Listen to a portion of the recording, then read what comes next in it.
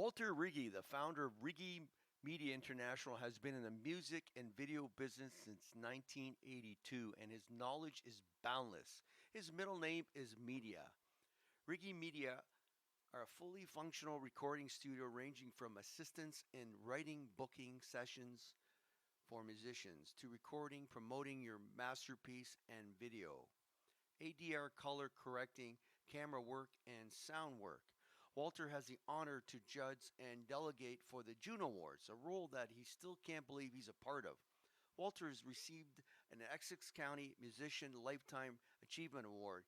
He is one of the creators of Raise Your Voice Windsor Competition, a singing competition in Essex County, Canada, double recipient of the AGS Award for Best Video, and much more. Walter and Riggi Media were both featured in the Drive magazine, Professional Sound National magazine, for its accomplishment and influence on the music industry. Just like the music side of the business, Walter has excelled in video production. Walter's approach to producing high quality work is simple. Listen to what the musicians, clients want and deliver that and more. The goal for Riggi Media is Walter is to deliver musicians, clients leave with a product that they can be proud of. Here we are at Riggi Media. Thanks for having me. My man, nice to see you, John. You have an intricate place here with I never seen so many dials in on it like in a studio. Apart from mine, I have the bare bones, GarageBand, and Audacity. What's it take to be a good production studio? Sure. From a producer audio standpoint? producing point. Okay. So from a producer standpoint, is good knowledge of the genre of music you're interested in being a producer for. Because what a producer does, John, is he calls the shots. It's kind of like, that doesn't sound quite right, or the guitar's out of tune, or maybe you should play like this, or maybe you're playing during while the person's singing. You got to figure all that stuff out. So it's basically an objective ear that's not attached to the songwriting process. Now, some producers, they like to get involved with the songwriting process and, oh, we should do this, we should do that, and that's fine, right? Because they've been at it for so long in that genre. But when you're trying to produce somebody that comes in through your door and they say, you got to be the producer. Did I shut off? No, it's still on. Okay. Yeah, you got to be the producer. You have to sit back and say, okay, well, let me listen to the song, let me see what I can do for it. That's the point of being a producer. Now, from a musician point of view that comes into the studio, they basically have to be a sufficiently mastered instrumentalist of their instrument. So let's say, like a guitarist, he better know what the heck he's doing on his guitar. But how do you balance everything? The guitar, the drums, the bass? Oh, good question.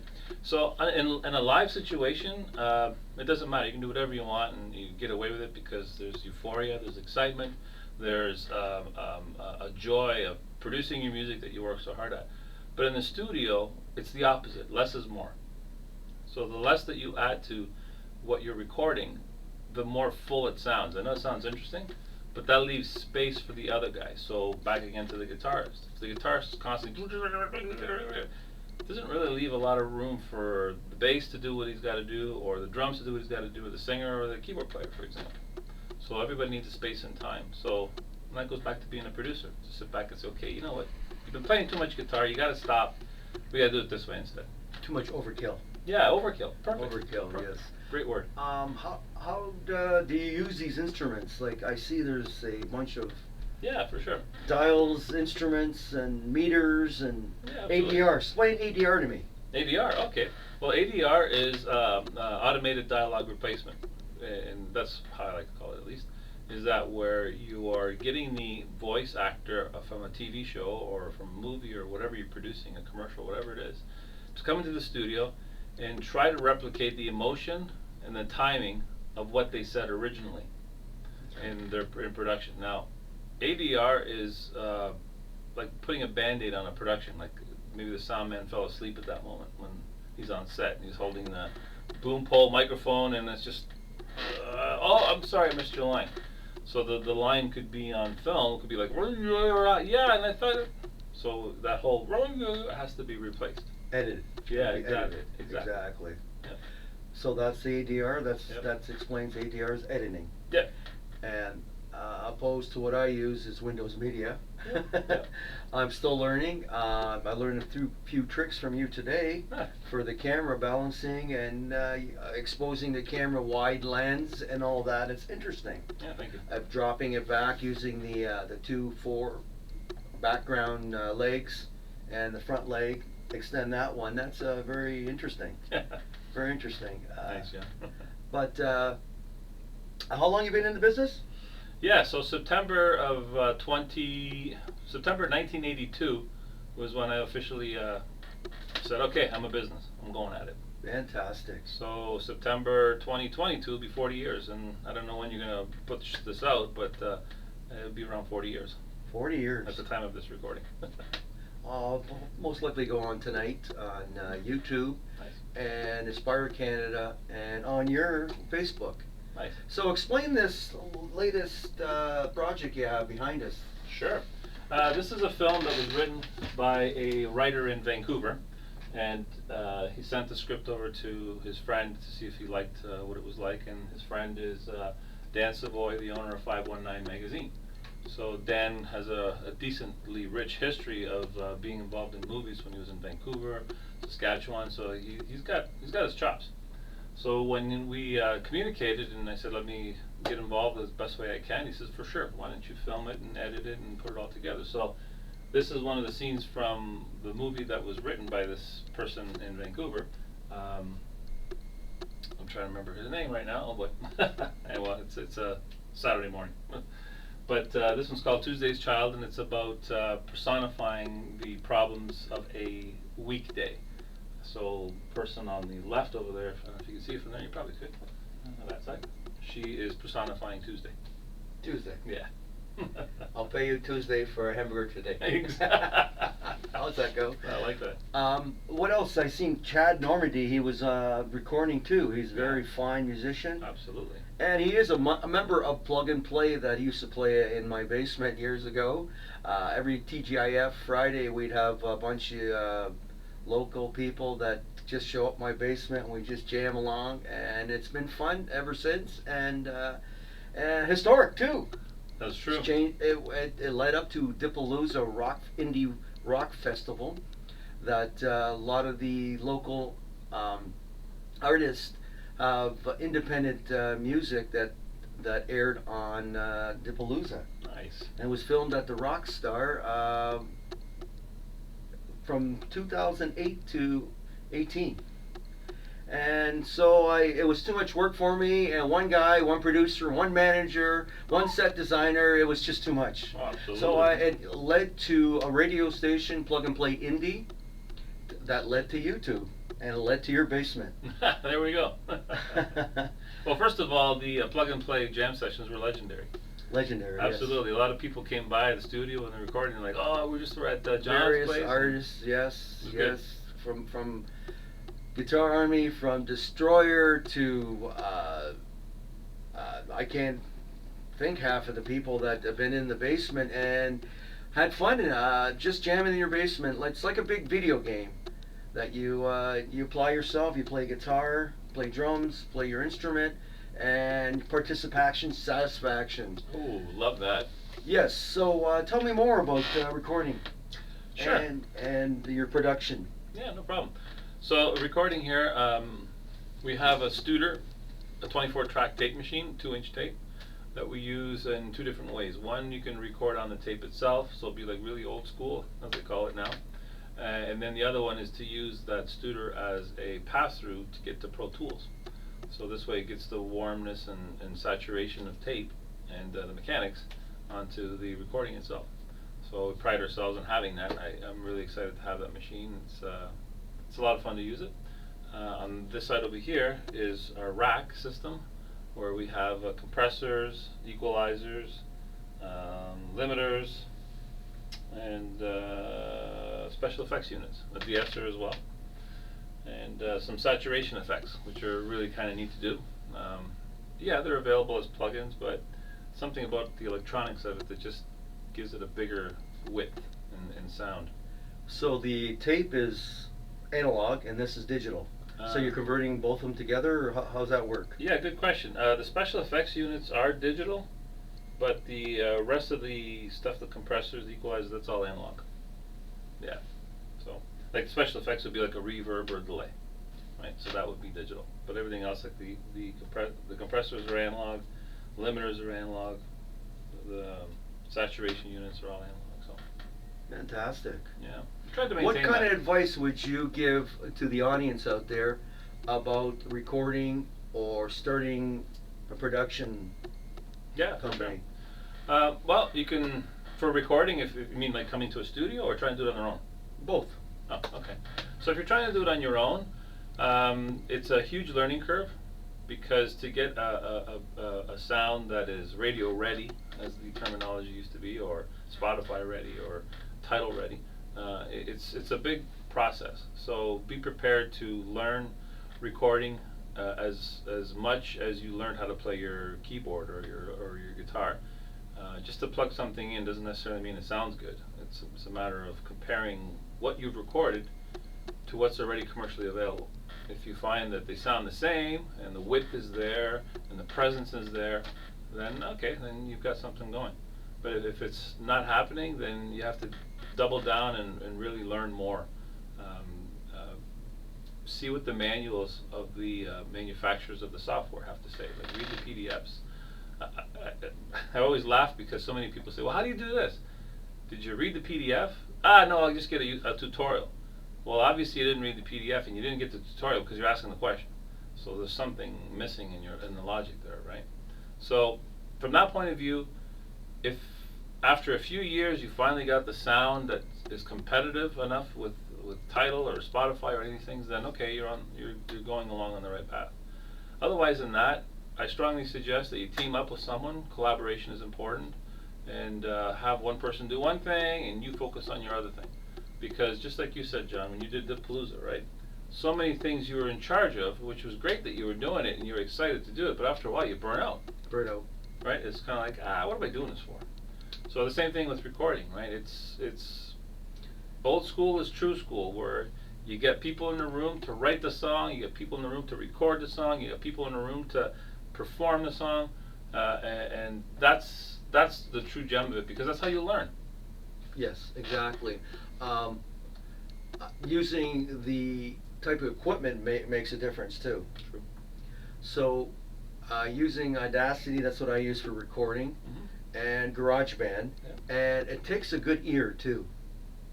To mix everything and balance everything. That I'm still learning. So I did a couple of CDs and I air them on my radio station, and I'm kind of proud about it, but it could have been a lot better.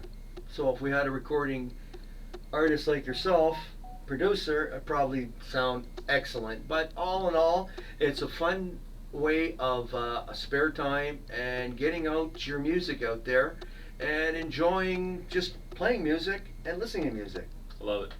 Love it. Yeah, you're right. 100% right. So thanks for having me, and I'd like to see the rest of your studio. Can you show us around? Absolutely. Let's go. Okay. So Johnny, we were talking about at the interview what all the stuff was about, and I was just pointing off screen, but here you are, we can see it now. So these are compressors. These are the special effects unit that are digital. And these are preamps that I use for acoustic guitar. This is an equalizer. This is a compressor. On this side over here is the saturation effects and stereo widening effect. This is a compressor. This is also a compressor. This is a compressor. This is a compressor. This is a compressor. This is a compressor.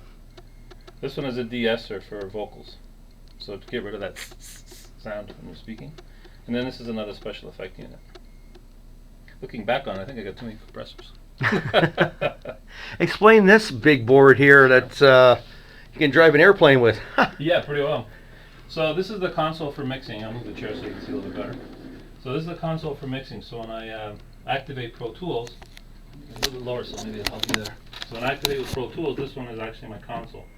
So I'm able to control every single track, every single effect, or every single plugin. Hey, plug and play. There we go. And this over here is my converters.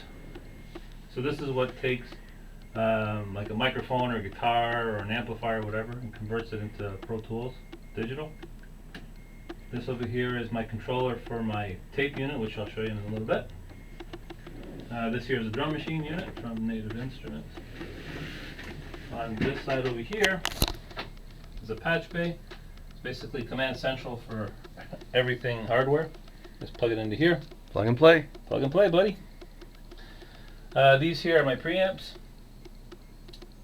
This is my Hearback technology, which is a headphone amplifier, so people can have up to 8 tracks that they can mix themselves on their headphones.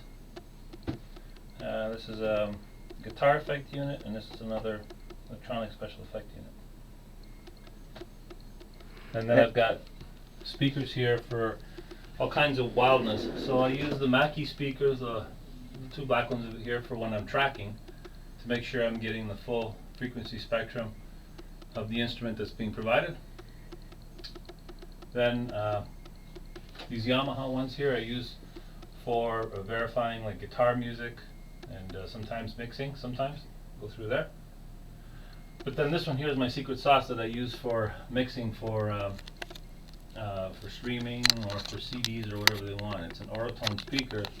This one was made in 1983, I believe it is, this one. And I mix in mono there. I was turned on to this one back in the day when Michael Jackson mixed Thriller on that speaker. Wow. Yeah. So when I play, actually it's funny, when I play back Thriller on that speaker, it sounds so good, and then I push it back into the main speakers, and it's kind of like sounds even better. And Thriller is an amazing album, as we know. I think it's the first or second best-selling album of all time. So it's done really well. But it has no bottom end, so it sounds like a television speaker back in the day when it just didn't have any bottom end. It's like very mid and some highs. So, but it's good to find out what that is. And over here I've got some more stuff. So I've got a Bose SoundLink Mini, and that's what I use to mix my bass response. Because Bose really loves their bass. So when I mix through there for my bass, I can verify that it's going to sound good anywhere. It won't sound like overwhelmingly bassy. So that's great there. Go outside to see the other stuff? Yes. Let's go. So watch your head there, buddy. Thank you. So over here is the vocal room. So this is where I have the singer stand here. And this is that Hearback we were talking about before, that mixer. So you can mix whatever you want here. So you can do like the singer, lead guitar, keyboards, drums. It's all here. These are 3 microphones wired up to go one at a time. So what do I use these for? Is depends on the voice character and the song that's being recorded. So sometimes I'll have the person start with like a U87, and they're singing, and I say, okay, let's try the other microphone. So all they got to do is just come over here and sing to this one or sing to this one. So the benefit of that is that I don't have to get the singer out of their headspace to pause them to switch microphones, and that can take like a few minutes, and then it changes the mood, right? So this way I just point, and they automatically just move over a little bit and sing. So it's a great way of trying to figure things out. Now explain this over here. Sure. This other rocket ship is for coloring movies. So what I do is I try to make sure that the reds are reds, the blues are blues, the greens are greens, and then try to come up with a mood for the film that I'm working on, or the commercial, or the corporate video, anything to do with filming. So in this case here, the scene is a little bit attitudey, as you can see on her face, and a little bit problematic, so I have to try to... Magenta. Yeah, try to correct the colors to that moment. So, and this here is a control surface for DaVinci Resolve, which allows me to do many things at the same time. So, is it to do with speed? Yeah, sort of, kind of, but it solves the problem of clicking a lot of mouse clicks, and it gives you a more hands-on, tactile approach to what you're trying to do. And I like that. To me, personally, it's not always about speed, it's about what you can get done by touching things. Like, we're human beings, one of our senses is touch, not click. So, and then I've got, this is a color grading monitor. Flanders Scientific is the company that makes color grading monitors, and it's used in Hollywood all the time. Like Star Trek was colored on this monitor, and all the movies, because it's the top end. It's the standard. This one and a Sony. So that's that. Now we're gonna go back outside.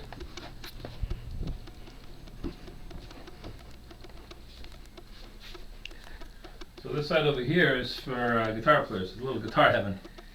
So this here is all kinds of guitar effects pedals. There's 2 tape machines here, 2 space echoes. I'll turn that on. Can we have some lights, please? Any more? There we go. Any That's better? a little better. Yes, thank you. Okay, great. So this one here is a tape echo, and so is this one. So this one Led Zeppelin used, and this one is Police. Wow. Those guys back in the day. These are all kinds of effects pedals like tremolo, flanger, chorus, distortions, and they are all wired to these switches down here. And there's a logical signal path that goes through it. So it's a matter of having the guitar player sit here. It's kind of like, all right, I want some distortion, I want a tremolo, and I want some reverb. Oops, can't get my foot down. So these 3 are on, and then these 3 are activated here. So it's true bypass this way. It's not one into the other, into the other, into the other. It's like completely clean, which is great. I like that. This is a guitar rack. This is used by U2 in their music.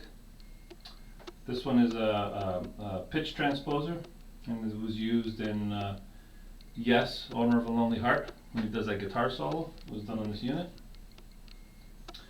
This is a reverb unit. This one is an enhancer. This one is a multi-effects unit, so you can use like for doubling and stuff like that. This is a noise gate. This one here is a delay unit that was used also by people like the Police and stuff like that. And then this is obviously like a little power bar. And the musicians get to pick their instrument. Yeah, for sure. So how it came about building this wall of fame here was that I was sick and tired of people bringing in $299 guitars and saying, hey, can you make it sound like a Gibson Les Paul? And my answer was, sure, it's right here. So this guarantees me that how I'm recording them is set to a standard that people are willing to pay for. Because when they come to this studio, it's basically they're done playing with their computers. They're done playing with trying to learn software. They're just like, you know what? I just want to make music. This is the whole point of me of wanting to record. I want to make music. I don't want to sit here and learn software. So they come here and we got all kinds of stuff to play with. Explain the tape reel to reel. Yeah, the reel to reel. So this one was late 80s, 90s, I believe, this model, A827. This actual unit was used by a Canadian band called Metric. And they had recorded a Juno nominated or Juno winning album, I think it was, on this unit. So I bought it from them in Toronto, and I've had it ever since. Old school.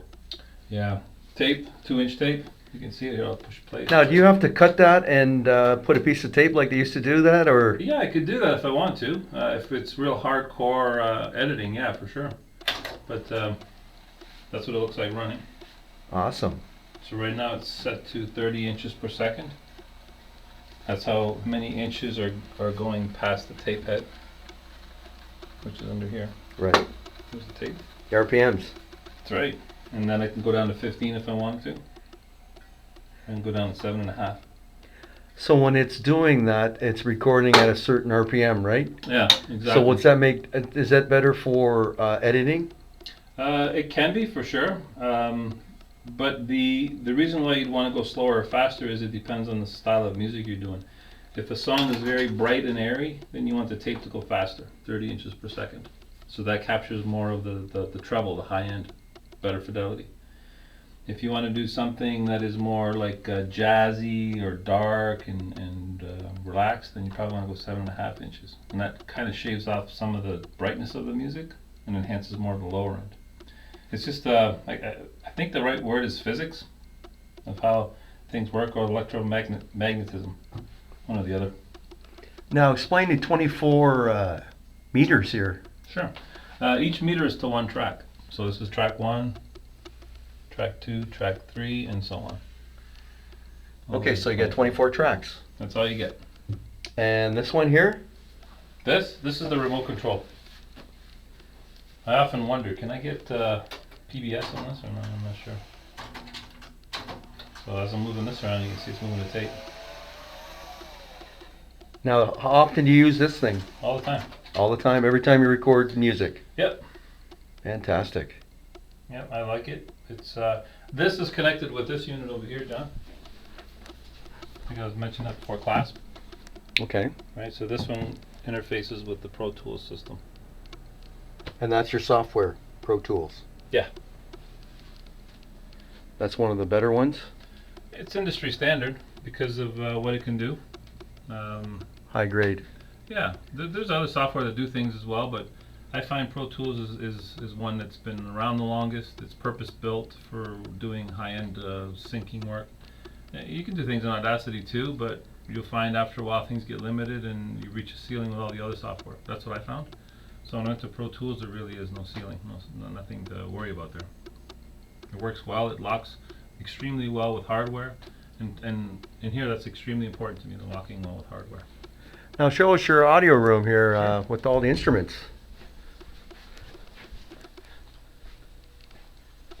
So this is the live room. This is where people can come and craft their sound. So over here is the keyboard station. So I've got 6 keyboards ready to go, all the way from a DX7, D50, M1, like Alpha Juno, all the classics back in the day, an 01, DS8, so there's Korgs, there's Yamahas, there's Roland. And over here are all the rack mount versions of keyboards. So this one will give you like the Yamahas are all here, Korgs are here, the Rolands are here, and then these are some onboard mixers for the racks. This is MIDI lock, and then this is a Dimension D, which gives like a chorusing effect.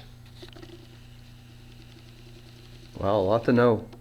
Yeah. Even more keyboards right here. Yeah, so this one's got a really cool piano feel to it. So if people like to play a piano-based song, this is it. Synthesizer based is over there, we already talked about that. And then this one over here is an organ. The Leslie over there.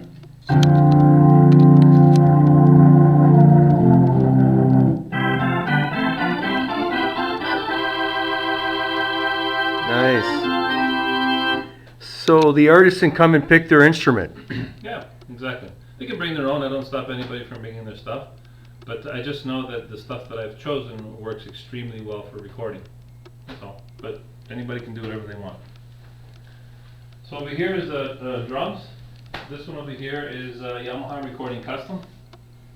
So this actual unit here was from I think it was 86 or 87 this unit came out. And it was spearheaded by Steve Gadd, who was an incredible drummer to the Stars pretty well. I'm sure you can Wikipedia that guy.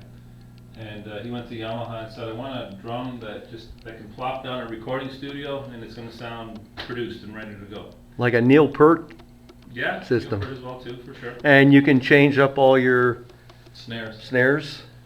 Yeah, snare is generally the personality of a recording, of a drum, actually. So there's birch, where's birch?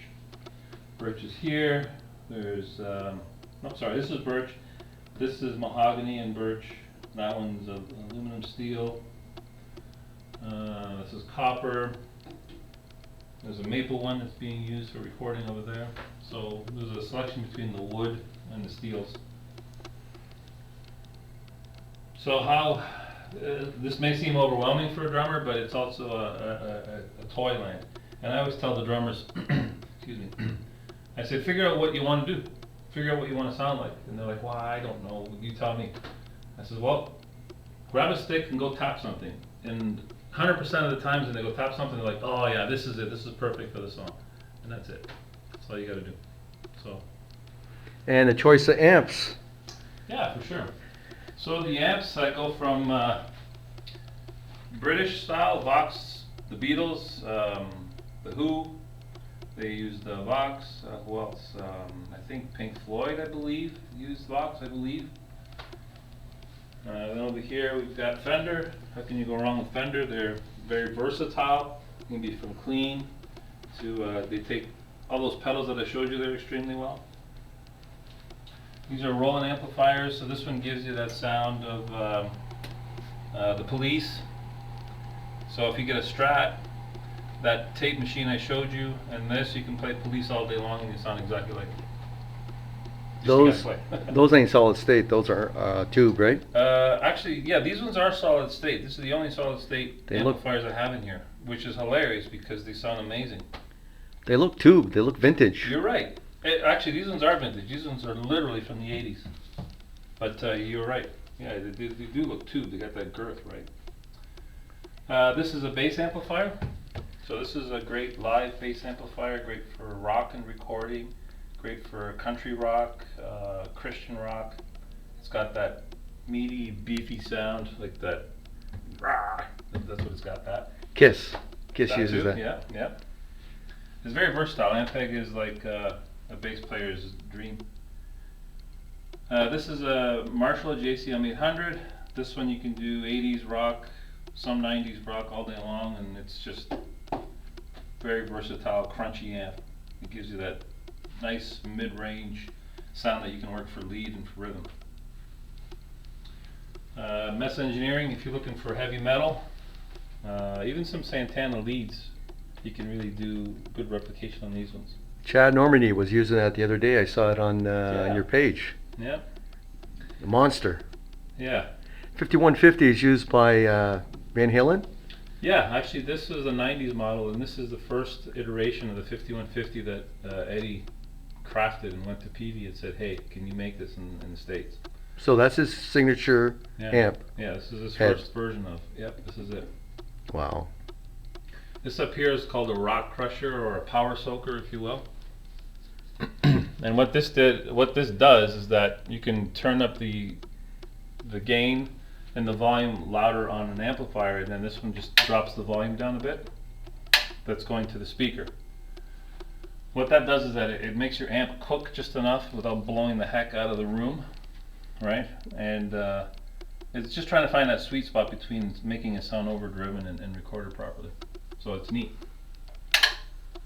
Awesome, and more cymbals to choose from for more amps. Endless. Yeah. So the A cymbals are bright, and the K cymbals are darker. And the last one, the big one? This one's a ride. This is also an A. So I have two models. I have the A cymbals and the K cymbals. So it depends on the style of music. I can go bright or dark. And more amps over here. We forgot the orange. Yeah, the orange. Orange is a great British amplifier. It's versatile enough. It's got a clean and a dirty channel that gives you a really good sound. A lot of people from Britain rock use this amplifier. The list is endless.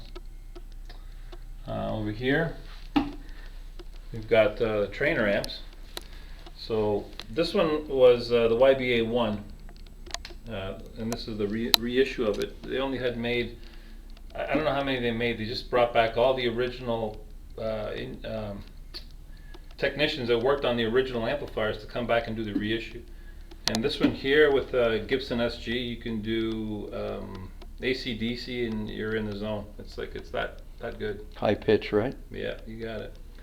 And more. Then, yeah, this trainer down here is also a reissue as well, and this is one of their popular ones from the 70s, I think it was, 60s or 70s. And this one gives you really good surfer rock, like you can do Beach Boys, that sort of thing. And Vox, another tube amp. This one's good for doing leads and stuff like that. It gives you that British Vox sound.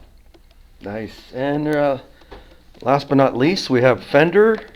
Yeah. More Fender. So this one gives you a very Eric Clapton sound. So, oops, dust there. Very Eric Clapton sound. It's very versatile for leads and Rolling Stones, that sort of sound. The Bassman, this one's from the 60s.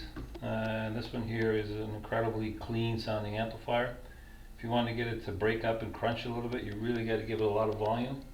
But it's meant more for good clean sound. It's funny, it says Bassman because I believe they originally created it for bass, but then guitar players plugged in and says these sound really good. So now it's a great guitar amp. And you have over a here.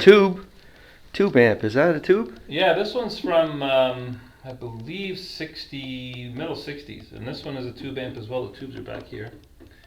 And this one is an Ampeg amplifier for bass. And think of James Jamerson from Motown. Right, when he would play live, he would bring something like this. So this one here gives you that really good sound for a bass guitar that you can do outside of rock. Like, so you can do country, you can do easy listening, you can do all kinds of really good stuff. But it is versatile, so you can do all kinds of wild stuff with it. And opposed from solid state, so if that was 100 of solid state, it'd probably like 300. Vice versa? You know The what? I sound. sat back and figured out what it could be, but it's for recording, it's superb. That's all I know. And your mics. What about recording your mics? Yeah, sure. So for guitar, I use SM57 and MD421, which is a Sennheiser. So between these two, this one's a little bit doesn't have a lot of high frequencies in it, so it captures more of the mid-range, and this one captures more of the high frequencies and some of the mid-range. So when you put those two together and then you make sure they're in phase, it gives your guitar a really thick, full sound. So that I put on the amps. These are Coles, probably see better there. These ones are room microphones, so I can plug these into any part of the room and I capture the sound of the room. So that adds a little extra volume in regards to width of sound. So it gives you some of the That's adds. opposite of unidirectional, right? Yeah, this one's omnidirectional. Correct. Omnidirectional. So the best way to run this one is like this. So this line over here is aimed towards the amplifier. So let's say your camera is the amplifier. So it'd be like this. So it's picking up sound in a figure 8. So this loop and that loop. Oh, cool. Yeah. And I noticed you got a bunch of recordings here, Yeah. microphone recordings here.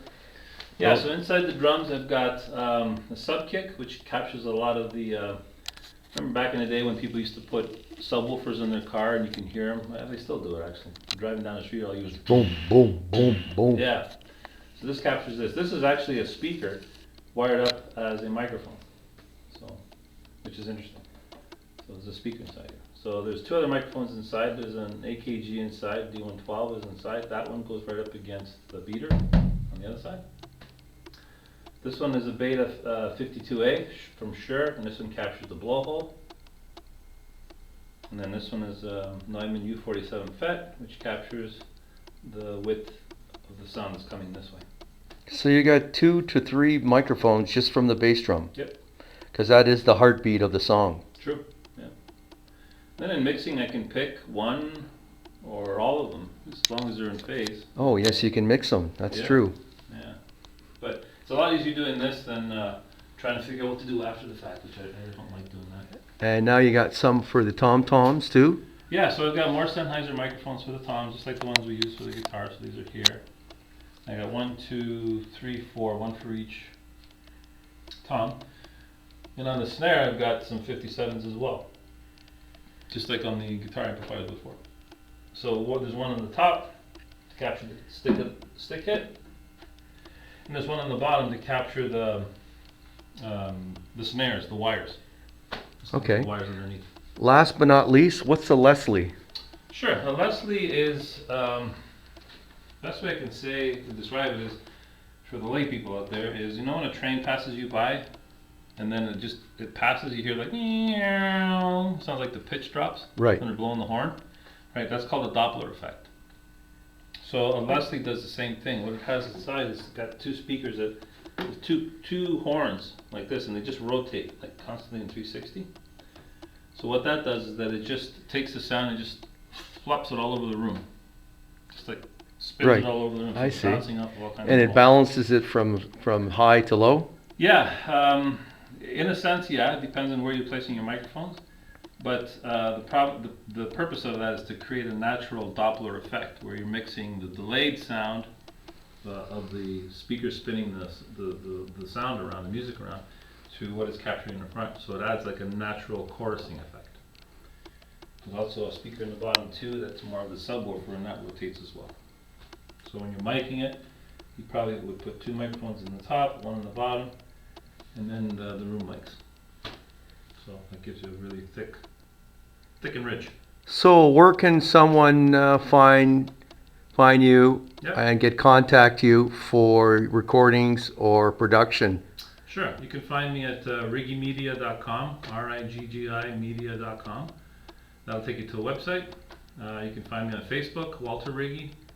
There, I always like to post people that come here to record. I think that's nice to promote people. And social media, Instagram, if you want to find me there too, you can do that. I always answer my phone, so if you want to call and talk about solutions, then definitely call. So between filming and between audio recording, I have packed days all the time, which I enjoy. It's my career, and I can answer all your questions. Well, thanks for having me on your in your studio, and very interesting, and good luck, and please subscribe, like